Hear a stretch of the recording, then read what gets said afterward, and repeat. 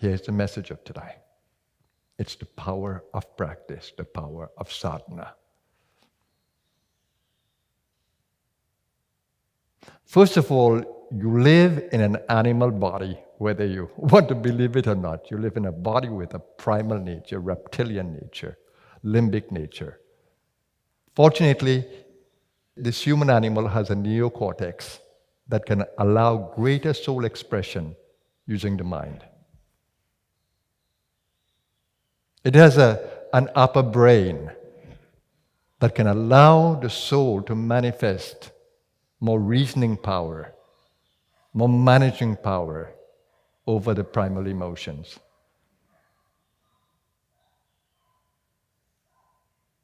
And over the reptilian nature. Look at how the brain, the triune brain, is designed. Reptilian brain, limbic brain, neocortex. All for soul expression. Of course, in the reptile, the soul is expressing, but through reptilian primal nature. In human, we can be caught along the spectrum of behavior. Some human beings, they behave just like the reptiles. Some totally limbic, emotional. Some a little more into the neocortex, but they get caught in the ego.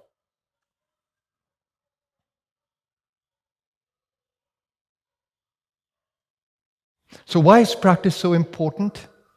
You know, in the Hindu epics, you will see the god and goddesses. They have what is called a vahan, a vehicle. Shiva rides a bull.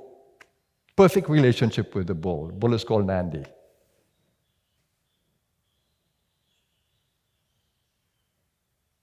Vishnu, the preserver of life, rides the bird, Garuda, the giant bird.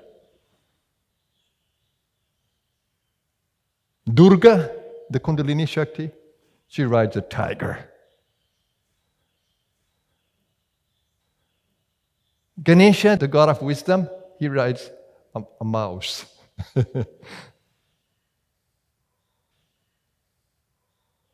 So you see how these animals are tamed.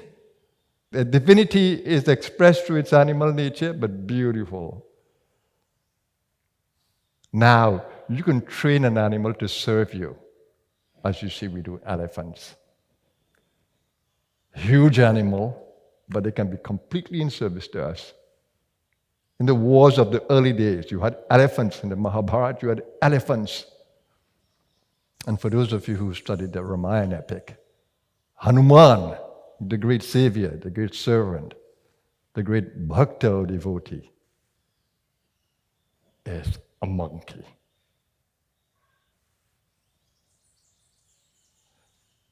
But in the days of Ramayana, which is called a Treta Yuga, it was a highly evolved yuga. But ego was the dominating power in that yuga.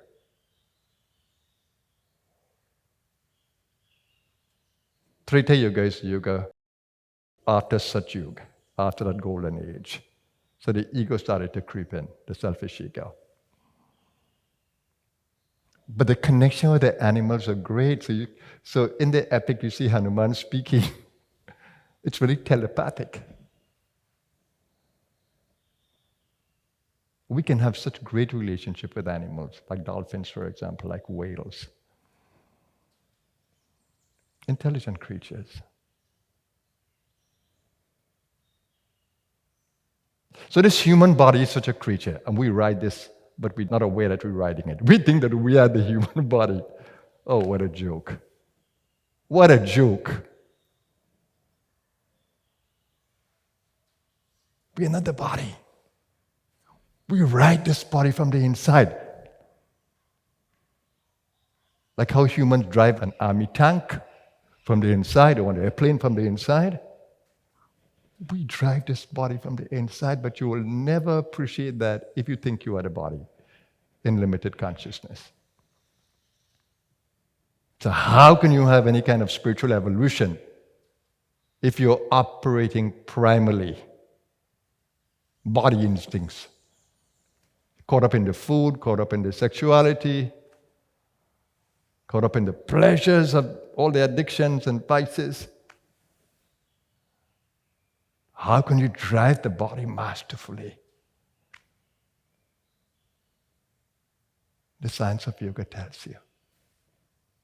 An amazing science that tells you how to master this body from the inner space.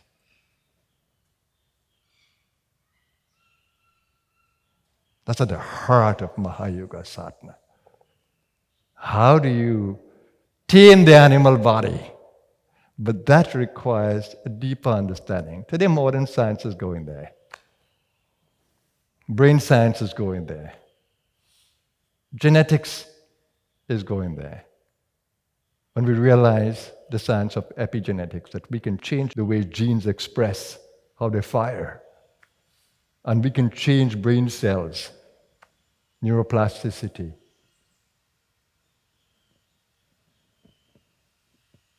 It means if we gain some control while it's in the subtle body over the mind, over the emotional being, over the vital being of prana, if we gain some kind of control there, we can begin to tame this human creature. And that's where the excitement is. That's why you don't sit for 15 minutes meditation only. And that's why you don't meditate just one time for the day. You learn to tame this body. You learn to go deeper into your spiritual consciousness. Don't just get caught up in the animal impulse within you. Because you have the resonance of a spiritual impulse inside of you. That's what happens in spiritual awakening. The spiritual impulse becomes stronger, the impulse to evolve in the consciousness. But if you stay on the pleasure journey, becoming addicted to food and to sexuality and to pleasure-driven senses, how are you going to evolve?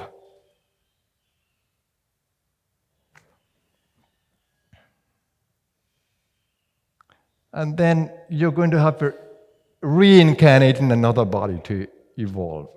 And if you allow life to kick you, if you allow nature to take charge, it's going to take a long time to evolve.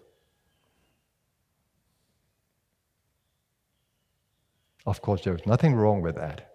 You can take all the time you want to evolve. The universe allows you.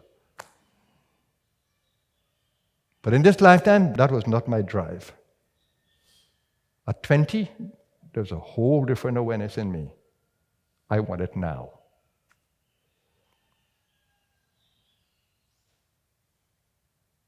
And I didn't want the ordinary teachers. I wanted the truly evolved teachers. That's why I journeyed to India.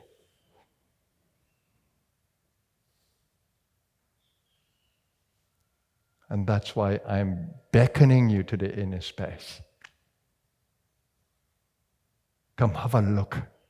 Have a look. So the power of practice is important, because when you stay with the practice every day, when you stay with the mental practice, when you stay with the emotional practice, when you manage the emotions from higher awareness, when you strive for higher awareness, you have a chance to activate more centers in the brain. You have a chance to stay vital throughout your life and maintain a healthy lifespan.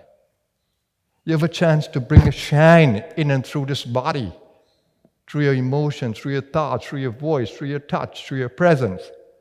Why not be attracted to this? Because you look dull when you satisfy only the pleasures of the senses. You look dull, drained.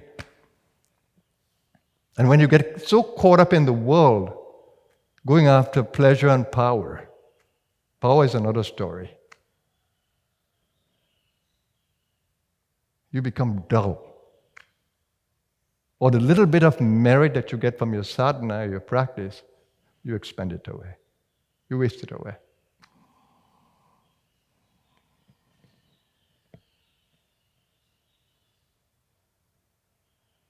So practice is important. You need to reprogram the physical body. We have the tools for it. We need to spend the time doing it. And it's not only in the sitting meditation, it is in your active day as well. But I don't want to lecture you. I want to excite you.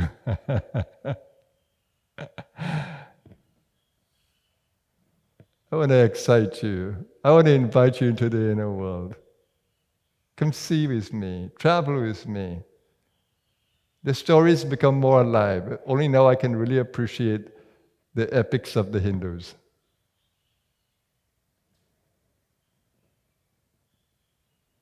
They are wisdom stories. But you need somebody to show you the wisdom. And you need a guide. For the inner world, you need a guide. Now, the chakra of the brow is associated with tapoloka, with tapas.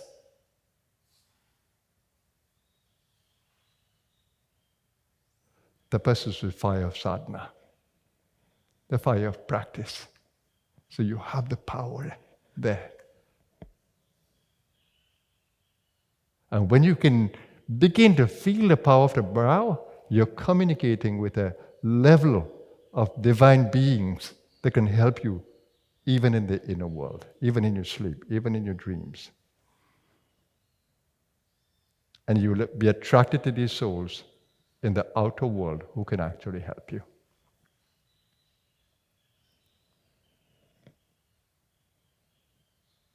So this is my Thursday talk to you.